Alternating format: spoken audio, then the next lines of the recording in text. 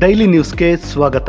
ಚಿಕ್ಕೋಡಿ ಲೋಕಸಭಾ ಕ್ಷೇತ್ರದ ಬಿಜೆಪಿ ಅಭ್ಯರ್ಥಿ ಅಣ್ಣಾ ಸಾಹೇಬ್ ಜೊಲ್ಲೆಯವರು ಇಂದು ಚಿಕ್ಕೋಡಿ ಲೋಕಸಭಾ ವ್ಯಾಪ್ತಿಯ ಭಾವನಸೌದಂತಿ ಗ್ರಾಮದ ಪಕ್ಷದ ಮುಖಂಡರು, ಕಾರ್ಯಕರ್ತರು ಹಾಗೂ ಸ್ಥಳೀಯ ಮುಖಂಡರ ಜೊತೆ ಲೋಕಸಭಾ ಚುನಾವಣೆಯ ರೂಪುರೇಷೆಗಳನ್ನು ಕುರಿತು ಚರ್ಚೆ ನಡೆಸಿದರು. ಕಾಂಗ್ರೆಸ್ ಅಭ್ಯರ್ಥಿ ಪ್ರಿಯಾಂಕಾ ಜಾರಕಿಹೊಳಿ ಯಮಕನಮರಡಿ ವಿಧಾನಸಭಾ ಕ್ಷೇತ್ರದ ಹೆಬ್ಬಾಳ ಗ್ರಾಮದ ಬೂತ್ ಮಟ್ಟದ ಕಾರ್ಯಕರ್ತರ ಸಭೆಯಲ್ಲಿ ಭಾಗವಹಿಸಿದ್ರು. ಚಿಕ್ಕೋಡಿ ಲೋಕಸಭಾ ಚುನಾವಣೆಯಲ್ಲಿ ಕಾಂಗ್ರೆಸ್ ಪಕ್ಷದ ಅಧಿಕೃತ ಅಭ್ಯರ್ಥಿಯಾಗಿ ನಾನು ಸ್ಪರ್ಧಿಸಿದ್ದು ನಿಮ್ಮೆಲ್ಲರ ಸಹಕಾರ ನೀಡಬೇಕೆಂದು ಮನವಿ ಮಾಡಿದ್ರು. ಕಾಂಗ್ರೆಸ್ ಪಕ್ಷ ನುಡಿದಂತೆ ನಡೆದ ಏಕೈಕ ಪಕ್ಷ. ವಿಧಾನಸಭಾ ಚುನಾವಣೆಯಲ್ಲಿ ಘೋಷಿಸಿದ ಪಂಚ ಗ್ಯಾರಂಟಿಗಳನ್ನು ಅನುಷ್ಠಾನಗೊಳಿಸಿ ಜನರ ಜೀವನ ಮಟ್ಟ ಸುಧಾರಿಸಿದೆ. ಕೇಂದ್ರದಲ್ಲಿ ಕಾಂಗ್ರೆಸ್ ಪಕ್ಷ ಅಧಿಕಾರಕ್ಕೆ ಬಂದರೆ ಇಲ್ಲಿನ ಗೃಹಲಕ್ಷ್ಮಿ ಯೋಜನೆಯಂತೆ ನಾರಿಯರಿಗೆ ನ್ಯಾಯ ದೊರಕಿಸುವ ಭರವಸೆಯಾದ ಮಹಾಲಕ್ಷ್ಮಿ ಯೋಜನೆಯನ್ನ ಪ್ರಾರಂಭಿಸಿ ಮಹಿಳೆಯರಿಗೆ ಪ್ರತಿ ವರ್ಷ 1 ಲಕ್ಷ ರು ಆರ್ಥಿಕ ಸಹಾಯಧನವನ್ನ ನೀಡಲಿದೆ. ರೈತರು ಬೆಳೆದ ಬೆಳೆಗಳಿಗೆ ಎಂಎಸ್ಪಿ ಘೋಷಣೆ ಸೇರಿ ಸಾಲ ಮನ್ನಾ ಕೂಡ ಮಾಡಲಿದೆ. ಹಾಗಾಗಿ ಬಡವರು, ರೈತರ, ಮಹಿಳೆಯರ ಅಭಿವೃದ್ಧಿಗಾಗಿ ಕಾಂಗ್ರೆಸ್ ಪಕ್ಷವನ್ನ ಬೆಂಬಲಿಸಬೇಕು ಎಂದು ಹೇಳಿದರು. ಈ ಸಂದರ್ಭದಲ್ಲಿ ರಾಹುಲ್ ಜಾರಕಿಹೊಳಿ ಹಾಗೂ ಗ್ರಾಮದ ಮುಖಂಡರು ಉಪಸ್ಥಿತರಿದ್ದರು. ಬಾಗಲಕೋಟೆ ಬಿಜೆಪಿ ಅಭ್ಯರ್ಥಿ ಪಿಸಿ ಗದ್ದಿಗೌಡರ್ ಮಹಾಲಿಂಗಾಪುರದ ಶ್ರೀ ಮಹಾಲಿಂಗೇಶ್ವರ ದೇವಸ್ಥಾನಕ್ಕೆ ಭೇಟಿ ನೀಡಿ ಪೂಜ್ಯರಿಂದ ಆಶೀರ್ವಾದ ಪಡೆದರು. ಈ ಸಂದರ್ಭದಲ್ಲಿ ಪಕ್ಷದ ಹಿರಿಯರು ಹಾಗೂ ಕಾರ್ಯಕರ್ತರು ಉಪಸ್ಥಿತರಿದ್ದರು. ಕಾಂಗ್ರೆಸ್ ಅಭ್ಯರ್ಥಿಯಾದ ಸಂಯುಕ್ತ ಪಾಟೀಲ್ ನರಗುಂದದ ಮಾಜಿ ಸಚಿವರು ಹಾಗೂ ರೆಡ್ಡಿ ಲಿಂಗಾಯತ ಸಮುದಾಯದ ಹಿರಿಯ ಧುರೀಣರಾದ ಬಿಆರ್ ಯವಗಲ್ ಅವರನ್ನ ಭೇಟಿ ಮಾಡಿ ಆಶೀರ್ವಾದ ಪಡೆದರು. ಈ ಮೂಲಕ ಪ್ರಚಾರವನ್ನ ಶುರು ಮಾಡಿದ್ರು. ಬೀದರ್ ಲೋಕಸಭಾ ಕ್ಷೇತ್ರದ ಬಿಜೆಪಿ ಅಭ್ಯರ್ಥಿಯಾಗಿರುವಂತಹ ಭಗವಂತ್ ಖೂಬಾ ಅವರು ಇಂದು ಬಸವ ಕಲ್ಯಾಣ ಕ್ಷೇತ್ರದ ಬಸವೇಶ್ವರ ದೇವಸ್ಥಾನ ಪಂಚ ಸಮಿತಿ ಅಧ್ಯಕ್ಷರಾದ ಬಸವರಾಜ್ ಕೊರಕೆ ಅವರ ಮನೆಗೆ ಭೇಟಿ ನೀಡಿ ಬೆಳಗಿನ ಉಪಹಾರ ಸೇವಿಸಿ ಇಂದಿನ ಬೀದರ್ ಲೋಕಸಭಾ ಕ್ಷೇತ್ರದ ಚುನಾವಣೆಯ ಪ್ರಚಾರವನ್ನ ಆರಂಭಿಸಿದರು. ಈ ಸಂದರ್ಭದಲ್ಲಿ ಬಸವರಾಜ್ ಕೊರಕೆ ಅವರು ಕಳೆದ 10 ವರ್ಷಗಳಲ್ಲಿ ಬೀದರ್ ಕ್ಷೇತ್ರದಲ್ಲಿ ಆದ ಅಭಿವೃದ್ಧಿ ಕಾರ್ಯಗಳ ಕುರಿತು ಚರ್ಚಿಸಿ ಮೆಚ್ಚುಗೆ ವ್ಯಕ್ತಪಡಿಸಿದರು. ಬೀದರ್ ಕ್ಷೇತ್ರದಲ್ಲಿ ಆಗಿರುವ ಅಭಿವೃದ್ಧಿಗಾಗಿ ಮುಂದೆ ಮಾಡಬೇಕಾದ ಹೆಚ್ಚಿನ ಅಭಿವೃದ್ಧಿಗಾಗಿ ಬಿಜೆಪಿಯನ್ನ ಬೆಂಬಲಿಸಬೇಕೆಂದು ತಿಳಿಸಿದರು. ಇನ್ನು ಮತ್ತೊಂದೆಡೆ ಕಾಂಗ್ರೆಸ್ ಅಭ್ಯರ್ಥಿ ಸಾಗರ್ ಖಂಡ್ರೆ ಅವರು ಹುಮನಾಬಾದ್ ಪಟ್ಟಣಕ್ಕೆ ತೆರಳಿ ಕಾಂಗ್ರೆಸ್ ಪಕ್ಷದ ಹಿರಿಯ ನಾಯಕರು, ಮಾಜಿ ಸಚಿವರಾದ ರಾಜೇಶ್ ಶೇಖರ್ ಪಾಟೀಲ್ ಅವರ ಮನೆಗೆ ಭೇಟಿ ನೀಡಿದರು. ಹಿರಿಯ ವಿಧಾನ ಪರಿಷತ್ ಸದಸ್ಯರುಗಳಾದ ಡಾಕ್ಟರ್ ಚಂದ್ರಶೇಖರ್ ಪಾಟೀಲ್, ಭೀಮರಾವ್ ಪಾಟೀಲ್, ತಾಯಿ ಸಮಾನರಾದ ಶ್ರೀಮತಿ ಪ್ರೇಮ ರಾಜಶೇಖರ್ ಪಾಟೀಲ್ ಅವರ ಆಶೀರ್ವಾದವನ್ನ ಪಡೆದರು. ಈ ಸಂದರ್ಭದಲ್ಲಿ ಡಿಸಿಸಿ ಬ್ಯಾಂಕ್ ಉಪಾಧ್ಯಕ್ಷರು ಅಭಿಷೇಕ್ ಪಾಟೀಲ್ ಸೇರಿದಂತೆ ಇತರ ಹಿರಿಯ ಮುಖಂಡರು ಜೊತೆಗಿದ್ದರು. ಬಳ್ಳಾರಿ ಲೋಕಸಭಾ ಕ್ಷೇತ್ರದ ಅಭ್ಯರ್ಥಿಯಾಗಿರುವ ಶ್ರೀರಾಮುಲು ಅವರು ಬಿಜೆಪಿ ಪಕ್ಷದಿಂದ ಆಯೋಜಿಸಲಾಗಿದ್ದ ಬೂತ್ ವಿಜಯ ಅಭಿಯಾನ್ ಕಾರ್ಯಕ್ರಮದಲ್ಲಿ ಭಾಗವಹಿಸಿದರು. ಈ ಸಂದರ್ಭದಲ್ಲಿ ಬಳ್ಳಾರಿ ಲೋಕಸಭಾ ಚುನಾವಣಾ ಉಸ್ತುವಾರಿಗಳು ಹಾಗೂ ವಿಧಾನ ಪರಿಷತ್ ಸದಸ್ಯರಾದ ಎನ್ವಿ ರವಿಕುಮಾರ್ ಅವರು, ವಿಜಯನಗರ ಜಿಲ್ಲಾಧ್ಯಕ್ಷರಾದ ಚೆನ್ನಬಸವಗೌಡ, ರಾಜ್ಯ ಎಸ್ಟಿ ಮೋರ್ಚಾ ಅಧ್ಯಕ್ಷರಾದ ಬಂಗಾರು ಹನುಮಂತ, ಹೊಸಪೇಟೆಯ ಯುವ ಮುಖಂಡರಾದ ಸಿದ್ಧಾರ್ಥ್ ಸಿಂಗ್ ಸೇರಿ ಹಲವರು ಭಾಗವಹಿಸಿದ್ದರು. ಕಲಬುರಗಿ ಲೋಕಸಭಾ ಕ್ಷೇತ್ರದ ಬಿಜೆಪಿ ಅಭ್ಯರ್ಥಿ ಉಮೇಶ್ ಜಾಧವ್ ಇಂದು ಬಿಜೆಪಿ ಆಯೋಜಿಸಿದ್ದ ಚಿತ್ತಾಪುರ್ ವಿಧಾನಸಭಾ ಕ್ಷೇತ್ರದ ಪ್ರಮುಖ ಮುಖಂಡರ ಸಭೆಯನ್ನ ಉದ್ದೇಶಿಸಿ ಮಾತನಾಡಿದರು. ಪ್ರಧಾನಿ ನರೇಂದ್ರ ಮೋದಿಯವರು ಜನ ಕಲ್ಯಾಣಕ್ಕಾಗಿ ಕಳೆದ 10 ವರ್ಷಗಳಿಂದ ಹಲವಾರು ಯೋಜನೆಗಳನ್ನು ಈ ದೇಶದ ಜನತೆಗೆ ನೀಡಿದ್ದಾರೆ. ಮೇ 7ರಂದು ನಡೆಯುವ ಮತದಾನದಲ್ಲಿ ಅತಿ ಹೆಚ್ಚು ಮತಗಳನ್ನು ನಮ್ಮ ಪಕ್ಷಕ್ಕೆ ಬರುವಂತೆ ನಾವೆಲ್ಲರೂ ಕಾರ್ಯಪ್ರವೃತ್ತರಾಗಬೇಕೆಂದು ವಿನಂತಿಸಿದರು. ತುಮಕೂರು ಲೋಕಸಭಾ ಕ್ಷೇತ್ರದ ಬಿಜೆಪಿ ಅಭ್ಯರ್ಥಿ ವಿ ಸೋಮಣ್ಣ ಇಂದು ತುಮಕೂರು ಲೋಕಸಭಾ ಕ್ಷೇತ್ರದ ಗುಬ್ಬಿ ತಾಲೂಕಿನ ಬಿಜೆಪಿ ಮುಖಂಡರಾದ ಎಸ್ಡಿ ದಿಲೀಪ್ ಕುಮಾರ್ ಅವರನ್ನ ಅವರ ನಿವಾಸದಲ್ಲಿ ಭೇಟಿ ಮಾಡಿ ಮುಂಬರುವ ಲೋಕಸಭಾ ಚುನಾವಣೆಗೆ ಸಹಕಾರ ಕೋರಿದರು. ಈ ಸಂದರ್ಭದಲ್ಲಿ ಶಾಸಕರಾದ ಸುರೇಶ್ ಗೌಡ, ಪಕ್ಷದ ಮುಖಂಡರು ಹಾಗೂ ಕಾರ್ಯಕರ್ತರು ಉಪಸ್ಥಿತರಿದ್ದರು. ಇನ್ನು ಮತ್ತೊಂದೆಡೆ ಕಾಂಗ್ರೆಸ್ ಅಭ್ಯರ್ಥಿಯಾಗಿರುವ ಮುದ್ದನ್ಮೇಗೌಡ ಅವರು ಚಿಕ್ಕನಾಯಕನಹಳ್ಳಿ ವಿಧಾನಸಭಾ ಕ್ಷೇತ್ರದ ವ್ಯಾಪ್ತಿಯಲ್ಲಿ ಆಯೋಜಿಸಲಾಗಿದ್ದ ಕಾಂಗ್ರೆಸ್ ಮುಖಂಡರ ಸಭೆಯಲ್ಲಿ ಭಾಗವಹಿಸಿದ್ದರು. ಕೆಎಸ್ಆರ್ಟಿಸಿ ಅಧ್ಯಕ್ಷರು, ಗುಬ್ಬಿ ಶಾಸಕರಾದ ಎಸ್ಆರ್ ಶ್ರೀನಿವಾಸ್, ಶಾಸಕ ಆರ್ ರಾಜೇಂದ್ರ ರಾಜಣ್ಣ, ಚಿಕ್ಕನಾಯಕನಹಳ್ಳಿ ಕ್ಷೇತ್ರದ ಮಾಜಿ ಸಚಿವರಾದ ಕೆಎಸ್ ಕಿರಣ್ ಕುಮಾರ್ ಸೇರಿದಂತೆ ಉಳಿಯಾರ್ ಹೋಬಳಿಯ ಸ್ಥಳೀಯ ಮುಖಂಡರು ಭಾಗವಹಿಸಿದ್ದರು. ಚಾಮರಾಜನಗರ ಲೋಕಸಭಾ ಕ್ಷೇತ್ರದ ಬಿಜೆಪಿ ಅಭ್ಯರ್ಥಿ ಎಸ್ ಬಾಲರಾಜ್ ಇಂದು ಚಿಲಕವಾಡಿಯ ಮಠಕ್ಕೆ ಭೇಟಿ ನೀಡಿ ಶ್ರೀಗಳಾದ ಇಮ್ಮಡಿ ಗುರುಲಿಂಗ ಸ್ವಾಮಿಗಳ ಆಶೀರ್ವಾದವನ್ನ ಪಡೆದರು. ಇದರ ಜೊತೆಯಲ್ಲಿಯೇ ಚಿಲಕವಾಡಿ ಕರಡಿ ಮಠದ ಶ್ರೀಗಳಾದ ನಿಜಾನುಗುಣಾನಂದ ಸ್ವಾಮಿಗಳನ್ನ ಭೇಟಿ ಮಾಡಿ ಆಶೀರ್ವಾದ ಪಡೆದರು. ಬೆಂಗಳೂರು ಉತ್ತರ ಲೋಕಸಭಾ ಕ್ಷೇತ್ರದ ಕಾಂಗ್ರೆಸ್ ಅಭ್ಯರ್ಥಿಯಾದ ರಾಜೀವ್ ಗೌಡ ಅವರಿಂದು ಬೆಂಗಳೂರು ಉತ್ತರ ಲೋಕಸಭಾ ಕ್ಷೇತ್ರದ ಅಭ್ಯರ್ಥಿಯಾಗಿ ಚುನಾವಣಾ ಪ್ರಚಾರವನ್ನು ಆರಂಭಿಸಿದರು. ಶ್ರೀ ಬಾಲಗಂಗಾಧರನಾಥ ಮಹಾಸ್ವಾಮೀಜಿಗಳ ಗದ್ದುಗೆಗೆ ನಮಸ್ಕರಿಸಿ ಶ್ರೀ ಕ್ಷೇತ್ರ ಆದಿಚುಂಚನಗಿರಿಯ ಕಾಲಭೈರವೇಶ್ವರ ಸ್ವಾಮಿಯ ಜಾತ್ರೆಯ ಪ್ರಯುಕ್ತ ನಡೆದ ಮಹಾಪೂಜೆಯಲ್ಲಿ ಪಾಲ್ಗೊಂಡು ಡಾಕ್ಟರ್ ನಿರ್ಮಲಾನಂದ ಸ್ವಾಮೀಜಿಯವರ ಆಶೀರ್ವಾದ ಪಡೆದರು. ಬೆಂಗಳೂರು ದಕ್ಷಿಣ.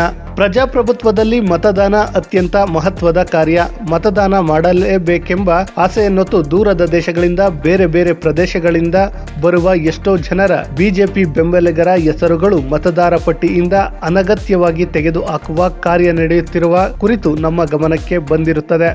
ರಾಜ್ಯ ಸರ್ಕಾರದ ಆಡಳಿತ ಯಂತ್ರವು ಕಾಂಗ್ರೆಸ್ಗೆ ಅನುಕೂಲವಾಗುವ ರೀತಿಯಲ್ಲಿ ದುರುಪಯೋಗ ಮಾಡಿಕೊಳ್ಳುತ್ತಿರುವ ಬಗ್ಗೆ ದೂರುಗಳು ಕೂಡ ಬಂದಿವೆ. ಪೊಲೀಸ್ ಇಲಾಖೆಯ ಮತ್ತು ಬಿಬಿಎಂಪಿಯ ಕೆಲ ಅಧಿಕಾರಿಗಳು ಕಾಂಗ್ರೆಸ್ ಸರ್ಕಾರದ ಏಜೆಂಟರಂತೆ ವರ್ತಿಸುತ್ತಿರುವುದು ಅಕ್ಷಮ್ಯ. ಚುನಾವಣಾ ಆಯೋಗವು ಪಾರದರ್ಶಕ ನಿಷ್ಪಕ್ಷಪಾತ ಮತದಾನಕ್ಕೆ ಕಟ್ಟುನಿಟ್ಟಿನ ಕ್ರಮ ಕೈಗೊಳ್ಳಬೇಕೆಂದು ನಾವು ಆಗ್ರಹಿಸುತ್ತೇವೆ ಎಂದು ತೇಜಸ್ವಿ ಸೂರ್ಯ ಹೇಳಿದ್ದಾರೆ. ಕಾಂಗ್ರೆಸ್ ಅಭ್ಯರ್ಥಿಯಾಗಿರುವಂತಹ ಸೌಮ್ಯ ರೆಡ್ಡಿ ಅವರು ಕಾಂಗ್ರೆಸ್ನ ಹಿರಿಯ ನಾಯಕ ಮಾಜಿ ಸಂಸದರಾದ ಬಿಕೆ ಹರಿಪ್ರಸಾದ್, ಆರೋಗ್ಯ ಸಚಿವರಾದ ದಿನೇಶ್ ಗುಂಡೂರಾವ್ ಹಾಗೂ ಅವರ ಪತ್ನಿ ಶ್ರೀಮತಿ ತಬುರಾವ್, ಕಂದಾಯ ಸಚಿವರಾದ ಕೃಷ್ಣ ಬೈರೇಗೌಡ ಅವರ ನಿವಾಸಕ್ಕೆ ಭೇಟಿ ನೀಡಿ ಆಶೀರ್ವಾದ ಪಡೆದರು. ಈ ಬಾರಿಯ ಲೋಕಸಭಾ ಚುನಾವಣೆಗೆ ಬೆಂಗಳೂರು ದಕ್ಷಿಣ ಲೋಕಸಭಾ ಕ್ಷೇತ್ರದಿಂದ ಸ್ಪರ್ಧಿಸುತ್ತಿರುವ ಅವರಿಗೆ ಎಲ್ಲಾ ನಾಯಕರು ಹಲವು ಸಲಹೆಗಳನ್ನು ನೀಡಿ ಬೆಂಬಲವನ್ನ ವ್ಯಕ್ತಪಡಿಸಿದರು.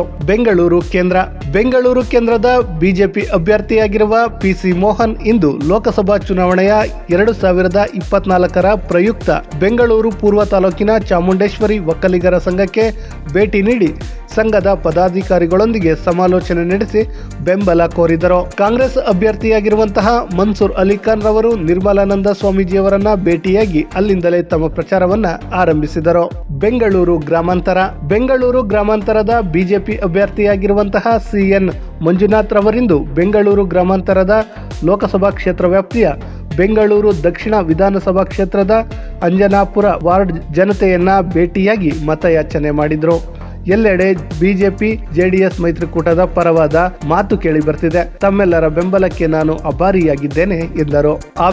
ಹಾವೇರಿ ಲೋಕಸಭಾ ಕ್ಷೇತ್ರದ ಬಿಜೆಪಿಯ ಅಭ್ಯರ್ಥಿಯಾಗಿರುವ ಬಸವರಾಜ ಬೊಮ್ಮಾಯಿ ಅವರಿಂದು ಹಾವೇರಿ ವಿಧಾನಸಭಾ ಕ್ಷೇತ್ರ ವ್ಯಾಪ್ತಿಯ ಸವಣೂರು ತಾಲೂಕಿನ ವಡ್ನಿಕೊಪ್ಪ, ನಾಯಿಕೆರೂರು ಹಾಗೂ ಯಲಿವಿಗಿ ಗ್ರಾಮಗಳಲ್ಲಿ ರೋಡ್ ಶೋ ನಡೆಸುವ ಮೂಲಕ ಮುಂಬರುವ ಲೋಕಸಭಾ ಚುನಾವಣೆಯಲ್ಲಿ ಬಿಜೆಪಿಯನ್ನ ಬೆಂಬಲಿಸುವಂತೆ ವಿನಂತಿಸಿಕೊಂಡರು. ಧಾರವಾಡ ಲೋಕಸಭಾ ಕ್ಷೇತ್ರದ ಬಿಜೆಪಿಯ ಅಭ್ಯರ್ಥಿಯಾಗಿರುವ ಪ್ರಹ್ಲಾದ್ ಜೋಶಿಯವರು ಲೋಕಸಭಾ ಚುನಾವಣಾ ಹಿನ್ನೆಲೆಯಲ್ಲಿ ಧಾರವಾಡದ ಲೋಕಸಭಾ ಕ್ಷೇತ್ರದ ಭಾರತೀಯ ಜನತಾ ಪಕ್ಷದ ಮಹಿಳಾ ಮೋರ್ಚಾದ ಕಾರ್ಯಕರ್ತರೊಂದಿಗೆ ಸಭೆ ನಡೆಸಿ ಚುನಾವಣಾ ಪೂರ್ವ ತಯಾರಿಯ ಕುರಿತು ಚರ್ಚೆ ನಡೆಸಿದರು. ಪ್ರಧಾನಮಂತ್ರಿ ಮೋದಿಯವರ ನೇತೃತ್ವದ ಕೇಂದ್ರ ಸರ್ಕಾರ ದೇಶದಾದ್ಯಂತ ಮಹಿಳೆಯರಿಗೆ 16 ಯೋಜನೆಗಳ ಮೂಲಕ ಮಹಿಳಾ ಸಬಲೀಕರಣದ ಜೊತೆಗೆ ಮಹಿಳೆಯರಿಗೆ ಉಪಯುಕ್ತವಾಗುವಂತಹ ಯೋಜನೆಗಳನ್ನು ಕಾರ್ಯರೂಪಕ್ಕೆ ತಂದಿದ್ದು, ದೇಶದಾದ್ಯಂತ ಮಹಿಳೆಯರು ಮೋದಿಯ ಪರ ಒಲವನ್ನ ತೋರಿಸುತ್ತಿದ್ದು ಬಿಜೆಪಿಯ ಪರ ಒಲವು ಹೆಚ್ಚಾಗುತ್ತಿದೆ ಎಂದರು. ಸಭೆಯಲ್ಲಿ ಶಾಸಕರಾದ ಎಂಆರ್ ಪಾಟೀಲ್, ಜಿಲ್ಲಾಧ್ಯಕ್ಷರಾದ ತಿಪ್ಪಣ್ಣ ಮಜ್ಜಿಗಿ, ನಿಂಗಪ್ಪ ಸುತ್ತಗಟ್ಟಿ, ಮಹಿಳಾ ಮೋರ್ಚಾ ರಾಜ್ಯ ಪ್ರಧಾನ ಕಾರ್ಯದರ್ಶಿ ಶ್ರೀಮತಿ ಶೋಭಾ ನಿಸ್ಸಿಮಗೌಡ್ರು ಸೇರಿದಂತೆ ಹಲವರು ಉಪಸ್ಥಿತರಿದ್ದರು. ದಕ್ಷಿಣ ಕನ್ನಡ ಜಿಲ್ಲೆಯ ಬಿಜೆಪಿ ಅಭ್ಯರ್ಥಿಯಾಗಿರುವ ಬ್ರಿಜೇಶ್ ಅವರು ತಮ್ಮ ಪ್ರವಾಸದ 4ನೇ ದಿನವಾದ ಇಂದು ಮುಲ್ಕಿ ಮೂಡಬಿದರೆ ಮಂಡಲದ ಪರ್ಕೋಡಿ ಶ್ರೀ ಸೋಮನಾಥೇಶ್ವರ ಆಶೀರ್ವಾದದೊಂದಿಗೆ ಪ್ರಾರಂಭಿಸಿದರು. ಇದಾದ ಬಳಿಕ ಮುಲ್ಕಿ ಮೂಡಬಿದರೆ ಮಂಡಲದ ಬಾಜಪೆ, ಬೆಂಬರ್ದೆ ಮತ್ತು ಯಕ್ಕಾರು ಮಹಾಶಕ್ತಿ ಕೇಂದ್ರದ ಕಾರ್ಯಕರ್ತರ ಸಭೆಯಲ್ಲಿ ಭಾಗವಹಿಸಿದರು. ದಕ್ಷಿಣ ಕನ್ನಡ ಲೋಕಸಭೆಯ ಕಾಂಗ್ರೆಸ್ ಅಭ್ಯರ್ಥಿಯಾಗಿರುವಂತಹ ಪದ್ಮರಾಜ್ ಅವರಿಂದು ಮಂಗಳೂರು ರಥಬೀದಿಯ ಶ್ರೀ ವೆಂಕಟರಮಣ ದೇವಸ್ಥಾನಕ್ಕೆ ಭೇಟಿ ನೀಡಿ ವೀರ ವೆಂಕಟೇಶ ದೇವರ ಅನುಗ್ರಹ ಪಡೆದರು. ದೇವಾಲಯದ ಆಡಳಿತ ಮೊಕ್ತೇಸರು ಅಡಿಗೆ ಬಾಲಕೃಷ್ಣ ಶೆಣೈ, ಸತೀಶ್ ಪ್ರಭು, ಗಣೇಶ್ ಕಾಮತ್, ಮಂಜುಳಾ ನಾಯಕ್, ಯೋಗೀಶ್ ನಾಯಕ್, ಸಮರ್ಥ ಭಟ್ ಸೇರಿದಂತೆ ಹಲವರು ಉಪಸ್ಥಿತರಿದ್ದರು. ಉಡುಪಿ ಚಿಕ್ಕಮಗಳೂರು ಲೋಕಸಭಾ ಕ್ಷೇತ್ರದ ಬಿಜೆಪಿ ಅಭ್ಯರ್ಥಿ ಕೋಟಾ ಶ್ರೀನಿವಾಸ್ ಪೂಜಾರಿ ಅವರಿಂದು ಲೋಕಸಭಾ ಚುನಾವಣಾ ಪ್ರಚಾರವನ್ನ ಚಿಕ್ಕಮಗಳೂರಿನ ಆಲ್ದೂರು ಮಂಡಲದಿಂದ ಆರಂಭಿಸಿದರು. ಆಲ್ದೂರು ಹಿಂದುತ್ವದ ಭದ್ರಕೋಟೆ. ಅನೇಕ ಕಾರ್ಯಕರ್ತರನ್ನ ನಿರ್ಮಾಣ ಮಾಡುವ ಸಂಘಟನಾ ಗರಡಿ. ಸಿಟಿ ರವಿಯವರು, ವಿ ಸುನಿಲ್ ಕುಮಾರ್ ಅವರು ತಮ್ಮ ಕಾರ್ಯಚಟುವಟಿಕೆಗಳನ್ನು ಪ್ರಾರಂಭಿಸಿದ ಸ್ಥಳ ಆಲ್ದೂರು.